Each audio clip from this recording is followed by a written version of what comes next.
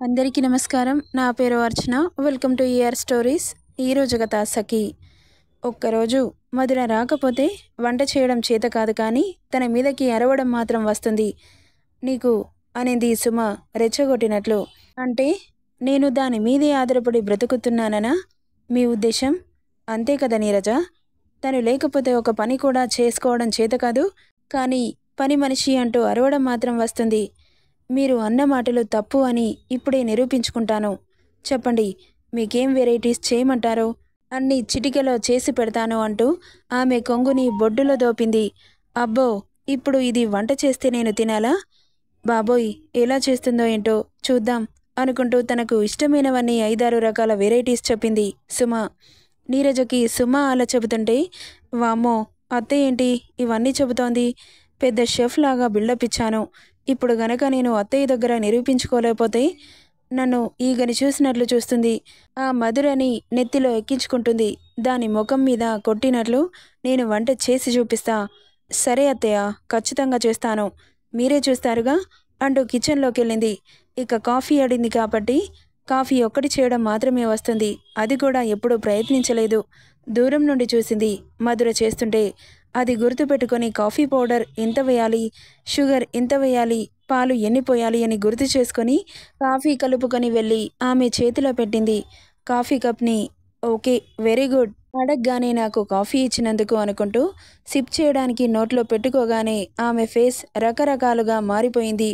ఒక్కసారిగా కడుపులో నుండి లోపుకొచ్చినట్లు అవుతుంటే నోట్లో ఉన్న కాఫీని నీరజ మీదకి ఉమ్మింది. ఇది కాఫీనా కషాయమా? ఇంత దరిద్రంగా ఉందేంటి? కాఫీ పౌడర్ ఎంత వేశావు? అంత మాట అన్నారు. 3 స్పూన్స్ వేశాను. ఒక కాఫీ కప్కి 3 స్పూన్స్ పౌడర్ వేస్తే ఎలా ఉంటుంది? అసలు అంత వేయమని ఎవరు చెప్పారు? ఒకసారి మధుర వేయగా నేను చూశాను. తను ఒక్క కాఫీ కప్లోనే వేసిందా అనగానే ఆలోచించినట్లుగా గుర్తు చేసుకుంది. స్టవ్ మీద ఉన్న 5గురికి కావలసినంత కాఫీ క్వాంటిటీలో వేసింది. గుర్తొచ్చి, అయ్యో సారీ అత్తయ్య, 5గురికి చేయాల్సిన కాఫీని మీ ఒక్కరికి ఇచ్చాను. నీ మొహం మాడా, నీకు కాఫీ పెట్టడానికి రావట్లేదు, నాకు వంట చేసి పెడతావా? అవి కూడా ఎంత దరిద్రంగా ఉంటాయో. వద్దు తల్లి, నేను ఈరోజు పస్తులైనా ఉంటాను, కానీ నీ చేత వంట మాత్రం అస్సలు తినదలుచుకోలేదు. మళ్ళీ విరేచనాలు అవుతే నేనేం చేయాలి? అయ్యో అత్తయ్య, అలా అంటారేంటి? అలా ఏం జరగదు. మీరు చెప్పారు, నేను చేస్తాను, అంతే. మీరు ఇంకేం మాట్లాడకండి అంటూ కాఫీ కప్ని తీసుకొని లోపలికి వెళ్ళిపోయింది నీరజ.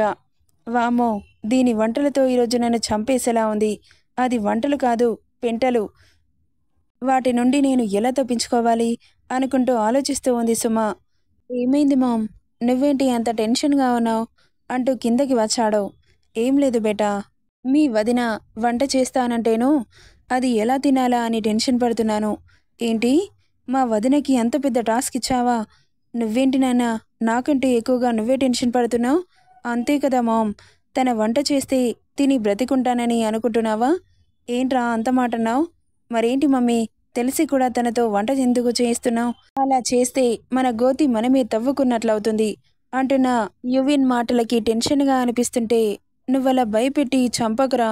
అసలే దాని వంట తిని నేను ఉంటానో పోతానో తెలియట్లేదు. అదంతా సరే, కానీ మధు ఈరోజు రాలేదా? అందుకే కదా ఇంత బాధ. తనొస్తే ఇంత బాధ ఎందుకు? ఎందుకు రాలేదు అన్నాడు కళ్ళు చిన్నవి చేసి. వాళ్ళమ్మని హాస్పిటల్కి తీసుకెళ్ళిందంట, అందుకే ఈరోజు పనిలోకి రానని చెప్పింది. ఆంటీకి ఏమైంది? తనకి ఈ మధ్య ఒంట్లో బాగుండట్లేదు, అస్తమాతో బాధపడుతోంది. అవునా? ఎన్ని రోజులుగా? చాలా రోజులవుతోంది. మరి తను ఒక్కతే హాస్పిటల్కి ఎలా వెళ్ళింది? ఆటోలో వెళ్తానని చెప్పింది. అదేంటి మామ్, మన కార్ ఇచ్చి పంపించొచ్చు కదా. నేను అదే చెప్పాను, వింటుందా? దానికి చాలా సెల్ఫ్ రెస్పెక్ట్. మా స్టేటస్కి తగ్గట్టు మేముంటామమ్మగారు అంటది, మనుషులని నొప్పించకుండా అని చెబుతుండగానే అక్కడి నుండి వెళ్ళిపోయాడు యువిన్. ఎక్కడికి వెళ్తున్నావురా అని అడుగుతున్నా వినిపించుకోలేదు యో. అదేంటి అలా వెళ్తున్నాడు? ఇప్పటి వరకు బాగానే మాట్లాడాడు కదా అని అక్కడి నుండి నిట్టూర్చింది సుమ. ఓపీ డిపార్ట్మెంట్లో కూర్చున్న మధు వాళ్ళ అమ్మ లక్ష్మిని చూసి దగ్గరికి వెళ్ళాడు. యువిన్ని అక్కడ చూసి మధు షాక్ అయింది. మీరేంటి చిన్న బాబు, హాస్పిటల్కి ఎందుకు వచ్చారు? ఏమైనా ప్రాబ్లంనా అనింది. మా అత్తయ్య గారికి ఒంట్లో బాలేదు, అందుకే తనని డాక్టర్కి చూపించుదామని తీసుకొచ్చాను. అవునా? మీ అత్తెవరు? తనే మా అత్తయ్య అంటూ లక్ష్మిని చూపించాడు. కళ్ళు పెద్దవి చేసి చూస్తూ, మీరేం మాట్లాడుతున్నారు చిన్నబాబు? మా అమ్మ మీకు అత్త ఏంటి? నాకు అర్థం కావట్లేదు. నువ్వు నా పిల్లనివైతే మీ అమ్మ నాకు ఏమవుతుందే మొద్దు అని తల మీద ఒకటిచ్చి లక్ష్మిని తీసుకుని లోపలికెళ్ళాడు. చిన్నబాబు, మీరెప్పుడు వచ్చారు అనింది చిన్నగా లక్ష్మి. అతన్ని చూసి ఎగ్జైటింగ్గా. చిన్నప్పుడు తనతోనే ఎక్కువ ఉండేవాడు. అమ్మలా చూసుకుంది యువన్ని. ఇక లోపలికి వెళ్ళిన ముగ్గురిని చూసి, చెప్పండి, ఎనీ ప్రాబ్లం అనింది డాక్టర్. డాక్టర్, తనకి ఆస్తమా ప్రాబ్లం ఉంది. ఈ మధ్యలో బాగా కాఫ్ కూడా వస్తోంది. కాస్త తనకి మంచి ట్రీట్మెంట్ ఇవ్వాలి. ఎంత డబ్బు ఖర్చయినా పర్వాలేదు. మీరు యువిన్ కదా? దేవేంద్ర గారి అబ్బాయి. అవును డాక్టర్. ఓకే. తను మీకేమవుతుంది? తను మా అత్తయ్య. అవునా? ఓకే అంటూ చేతిలో ఉన్న రిపోర్ట్స్ని డాక్టర్కి ఇవ్వగానే చెక్ చేసి, ఓకే, ఎక్స్రే తీస్తాను, మీరు బయట వెయిట్ చేయండి అని చెప్పింది. ఓకే అంటూ బయటకెళ్లారు. మధు, యువిన్ అతన్ని గుర్రుగా చూస్తూ ఉంది. మధు, ఏంటి మధు అలా చూస్తున్నావు? మీరేంటి చిన్నబాబు, తను మా అత్తయ్య అని డాక్టర్కి అలా చెబుతున్నారు? నేను మీకు చెప్పానా మిమ్మల్ని పెళ్లి చేసుకుంటాను అని? ఎందుకు వరుసలు కలుపుతున్నారు? మీకు నైట్ చెప్పాను నాకు దూరంగా ఉండండి అని. పదే పదే మాకు హెల్ప్ చేయాలని చూడకండి. ఎందుకలా బీపీ పెంచుకుంటావు? నీ మూర్ఖత్వంతో అమ్మ ఆరోగ్యం రిస్క్లో పెడతావా? తన పరిస్థితిని కళ్ళారా చూసిన దానివి కరెక్ట్ ట్రీట్మెంట్ ఇప్పించకుండా నెగ్లెక్ట్ చేస్తూ ఆరోగ్యాన్ని పాడు చేస్తున్నావు. ఏమన్నా అంటే సెల్ఫ్ రెస్పెక్ట్ అడ్డొస్తుంది నీకు. కార్లో రాకుండా ఆటోలో ఎందుకొచ్చావు? మా స్టేటస్ అంతే చిన్నబాబు. మేము ఇలాగే ఉంటాం. కార్లో వచ్చే అంత గొప్పోళ్ళం కాదు. షడప్. Are you mad? ఎందుకలా చైల్డిష్గా బిహేవ్ చేస్తున్నావు? ఆటో అంత సేఫ్ కాదు తెలుసా? ఇంత డస్ట్ ఉంటుంది. ఆ డస్ట్ అంతా లంగ్స్లోకి వెళ్ళి చాలా ప్రాబ్లం అవుతుంది. సెల్ఫ్ రెస్పెక్ట్ చూస్తున్నావు కానీ ఆరోగ్యం గురించి ఆలోచించట్లేదు. ఇలా మూర్ఖంగా మాట్లాడి నాకు కోపం తెప్పించకు మధు. మధుర అనింది వత్తి పలుకుతూ. అవును, నువ్వు మధురనే కాదని ఎవడన్నాడు? మధుర అని పిలవండి చిన్నబాబు. మీ సొంత మనిషిని పిలిచినట్లు మధు అని పిలిస్తే చూసేవాళ్ళు ఏమనుకుంటారు? అచ్చా, చాలా బాగా మాట్లాడుతున్నావు. ఇది హాస్పిటల్, పబ్లిక్ ప్లేస్ అని ఊరుకుంటున్నాను. ఇంటికెళ్ళాక నీ సంగతి చెబుతా. నేను కూల్గా మాట్లాడుతుంటే నువ్వేమో రెచ్చిపోయి మాట్లాడుతున్నావు. ఏంటి చిన్నబాబు, బెదిరిస్తున్నారా? నిన్ను బెదిరించాను మధు, ప్రేమిస్తాను.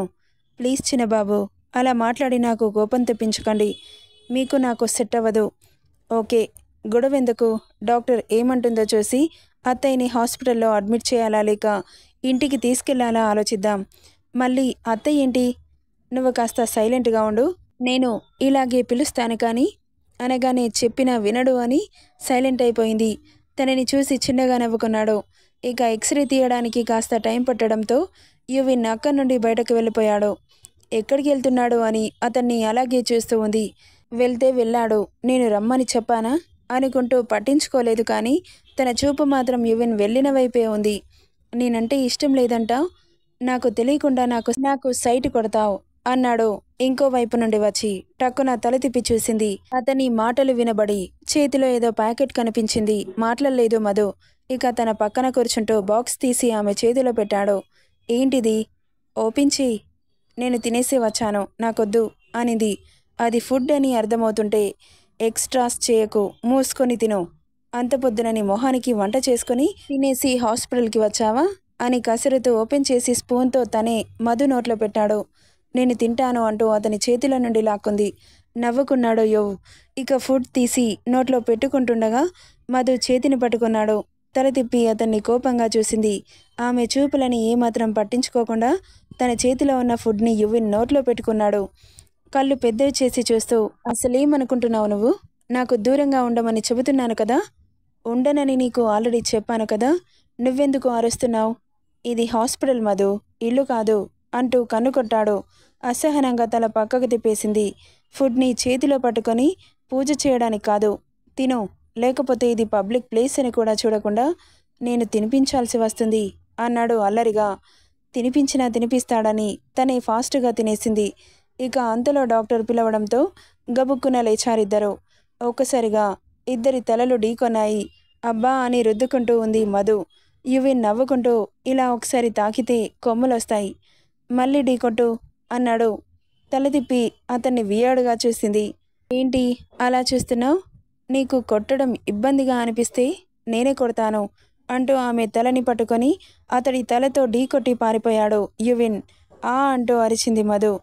యువిన్ గారు, మీ అత్తయ్యకి లంగ్స్లో ఇన్ఫెక్షన్ ఉంది, అందుకే చాలా ఆయాసపడుతోంది. తనకి యాంటీబయాటిక్స్ ఇచ్చి కాస్త లంగ్స్ని క్లియర్ చేయాలి. ఓకే డాక్టర్, తనని 3 days హాస్పిటల్లో అడ్మిట్ చేయండి. కాస్త ప్రాబ్లం సివియర్గా ఉంది. అలాగే, నెగ్లెక్ట్ చేస్తే ప్రాణానికే ప్రమాదం అన్నది డాక్టర్. Okay doctor. నర్స్, వీళ్ళకి పైన ఉన్న రూమ్కి షిఫ్ట్ చేయండి అనింది డాక్టర్. ఓకే అంటూ అక్కడి నుండి లక్ష్మిని తీసుకొని తనకి అలర్ట్ చేసిన రూమ్లోకి తీసుకెళ్లాడు. ఇక తనకి మంచి ట్రీట్మెంట్ ఇస్తూ హాస్పిటల్లోనే ఉంచుకున్నారు డాక్టర్స్. మాతో పాటు మీరు ఎంతసేపు ఉంటారు చిన్నబాబు? ఆఫీస్కి వెళ్ళండి, నేను చూసుకుంటాను అనింది మధు.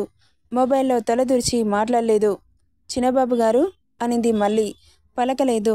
దగ్గరికి వెళ్ళి అతడు భుజం మీద చేయి వేసి మిమ్మల్నే అంటూ పిలవగానే భుజం మీద వేసిన చేతిని గట్టిగా పట్టుకొని లాగి అతని తై మీద కూర్చోబెట్టుకున్నాడు. చేప కళ్ళని పెద్దవి చేసి టపటపా కొడుతూ చూస్తూ ఉంది మధు. ఎందుకలా టెన్షన్ పడుతున్నావు? నార్మల్గా ఉండు, నిన్నేం తినేయనులే అన్నాడు ఈజీగా. అసలేం చేస్తున్నారు చిన్నబాబు? జరగండి అంటూ అతని గుండెలపై చేయి పెట్టి వెనక్కి తోస్తుంటే ఆమె నడుం పట్టి పోనివ్వకుండా ఆమె మెడపై చేతిని వేసి దగ్గరికి లాక్కొని పెదవులపై చిన్నగా పెక్కిచ్చాడు. గుడ్లు పెద్దవి చేసి కోపంగా చూస్తూ అతన్ని ఒక్క తోపు తోసి అతని ఒడిలో నుండి లేచి నిలబడింది. కాల్ చేసేలాగా అతన్ని చూస్తూ ఉంది. నవ్వుతూ కన్నుగీటాడు. ఫేస్ గంటు పెట్టి అక్కడి నుండి వాళ్ళ అమ్మ దగ్గరికి వెళ్ళిపోయింది మధు. నెక్స్ట్ పార్ట్లో ఏం జరుగుతుందో చూద్దాం. ఈ స్టోరీ ఎలా ఉందో కామెంట్ చేయండి guys. Thank you for listening.